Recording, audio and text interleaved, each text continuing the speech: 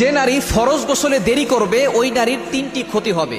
অনেক মা বোন এমন আছেন যারা ফরজ গোসল হয়ে যায় কিন্তু এটা করতে চায় না, গোসল করতে চায় না, অনেক দেরি করে করে।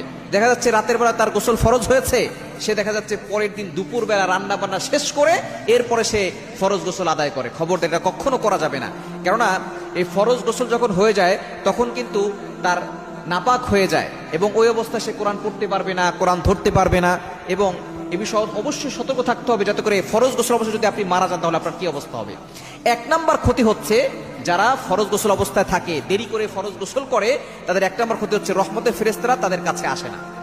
এবং যেই ঘরে এই ফরজ গোসল দেরি করে যারা করে ওই ঘরের ভিতরে রহমতের ফেরেশতারা প্রবেশ করে না, যেহেতু তারা নাপাক এই জন্য তাদের ঘরে রহমতের ফেরেশতারা প্রবেশ করে না। এই জন্য খুব দ্রুত এই ফরজ গোসলটা আদায় করে নেওয়া উত্তম।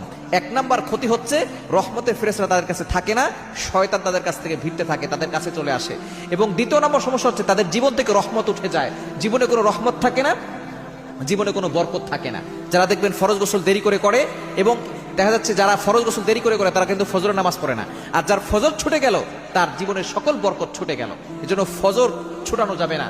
ফজর যদি ছুটে যায় অনেকে মনে করে যে জোরের সময় একসাথে পড়ে নিব, এটা যে আপনি করছেন অবশ্যই কিন্তু আপনি গুনাহগার হচ্ছেন এবং জীবন থেকে বরকত উঠে যাবে। এবং তিন নাম্বার হচ্ছে যারা ফরজ গোসলে দেরি করে তাদের জীবনে অভাব লেগেই থাকে, অভাব থেকে তারা মুক্ত থাকতে পারে না।